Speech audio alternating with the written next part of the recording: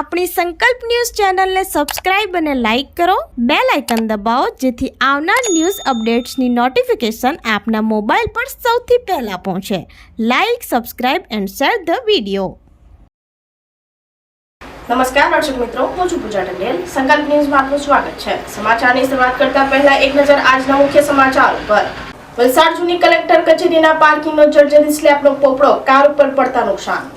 વલસાડ જૂની કલેક્ટર કચેરીના પાર્કિંગમાં સ્લેબનો પોપડો પડતા ભાગદોડ મચી ગઈ હતી. ઘટનાને પગલે નીચે પાર્ક કરેલી કાર ઉપર જર્જરિત સ્લેબનો ભાગ પડતા ભારે નુકસાન થયું હતું. અનેક વખત અહીં સ્લેબ પડવાની ઘટનાઓ બની હોવાનું જાણવા મળ્યું હતું.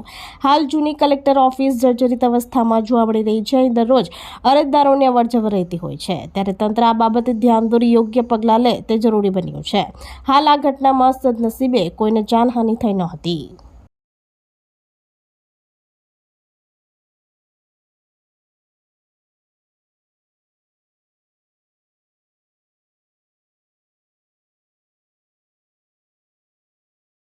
ઉમરગામના સરીગામ ખાતે 220 કેવી અને દિલ્હી ખાતે 66 કેવી નવા સબસ્ટેશનનું નાણામંત્રીના હસ્તે લોકાર્પણ. આવનારા 20 વર્ષમાં નવા ઉદ્યોગ સ્થપાશે કે રહેણાંક વિસ્તારનો વ્યાપ વધશે તો પણ વીજળીનો પુરવઠો ઘટશે નહીં હોવાનું જણાવતા મંત્રી કનુભાઈ દેસાઈ. ઉમરગામ તાલુકાના સરીગામ ખાતે 220 કેવી અને દિલ્હી ખાતે 66 કેવી નવા સબસ્ટેશનનું લોકાર્પણ નાણામંત્રી કનુભાઈ દેસાઈના હસ્તે કરવામાં આવ્યું હતું.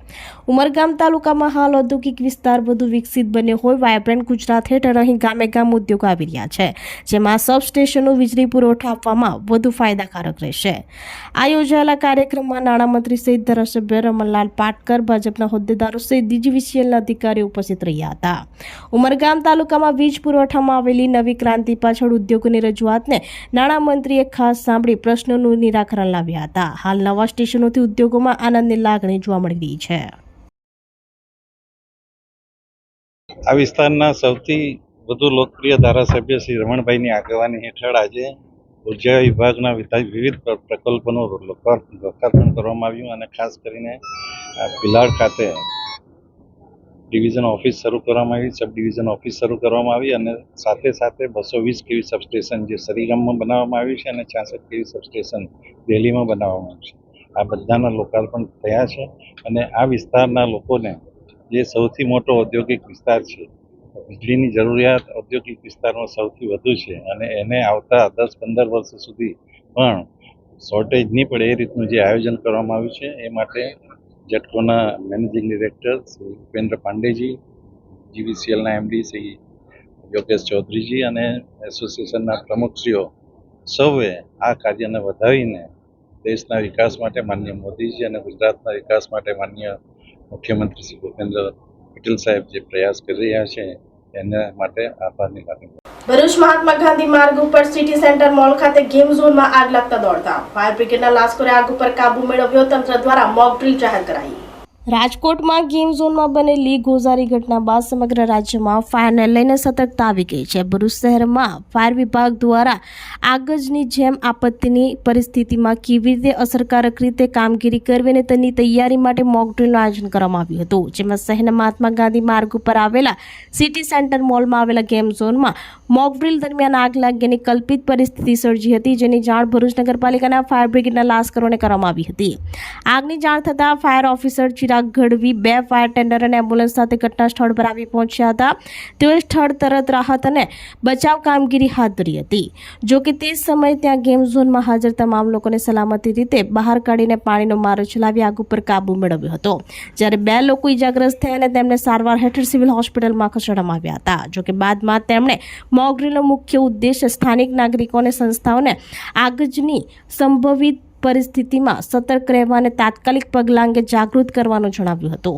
ઘટના સ્થળ પર પોલીસ વિભાગ, એમ્બ્યુલન્સ સેવા તથા સ્થાનિક પ્રશાસન પણ સહભાગી બનીને ટકાઉ વ્યવસ્થાપન માટેનો સહકાર આપ્યો હતો. ભરૂચથી રિપોર્ટર અવી સૈયદ, સંકલ્પ ન્યૂઝ.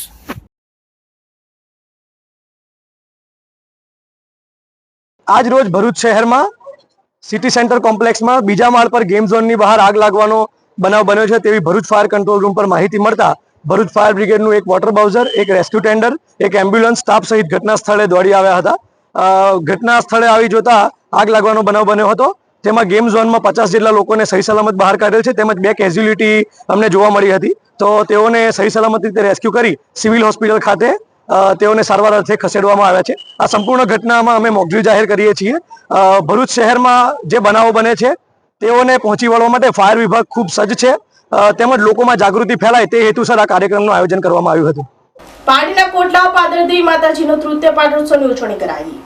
પારડીના કોટલાવ ખાતે પાદરદેવી માતાજીના મંદિરનો તૃતીય પાટોત્સવની આજરોજ ઉત્સાહભેર ઉજવણી કરવામાં આવી હતી. સવારથી મંદિરમાં પૂજા અર્ચના સાથે હવન યજ્ઞ આરતી કરવામાં આવી હતી. બાદમાં મહાપ્રસાદનું આયોજન કરતા મોટી સંખ્યામાં ભક્તોએ લાભ લીધો હતો.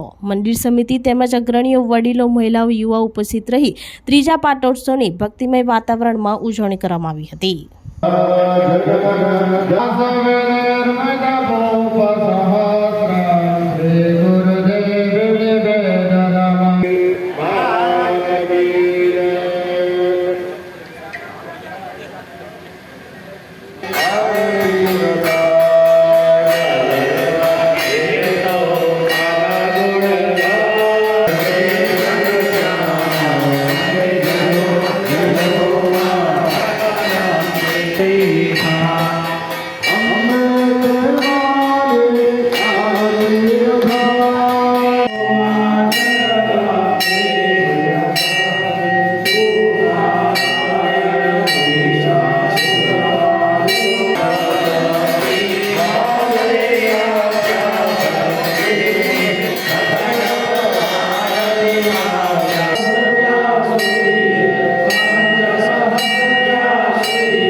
તો આ તાજા સમાચારો, નવા સમાચારો સાથે કાલે ફરી મળીશું. નમસ્કાર.